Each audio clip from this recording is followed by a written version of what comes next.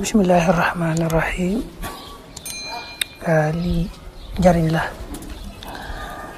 dane ko wax ci diggante tisbaar ak takkusaan gune ci weeru ndayi koor mooy rajab moom lañ génn ak weeru baraxlu wii mooy weeru Sha'ban bii ñu nekk fi mu ne ak weeru yi ñëw yi bëgg a ñëw yi ci topp mooy weeru Ramadan. Diggante tisbaar ak takkusaan boo ci waxee astaghfirullah al-azim alladi la ilaha illa huwa al-hayyu al-qayyum wa atubu ilayhi tawbata abdin zalimin la yamliku li nafsihi darran wala nafhan wala mawtan wala hayatan wala nushura.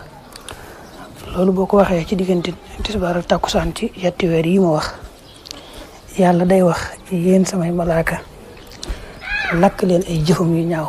maanaam boo ko waxee rek yàlla di digal malaaka yi ne leen sama jaam bii wax lii lakk leen téere yi jëfam yu ñaaw. loolu mooy njëgalu yàlla. kon ñaan gu neex a def la ko xam ne bariwut yomb naa def te bari na ngëneel tax njëgalu yàlla moom ci la lépp xaj. Bismillahirrahmanirrahim.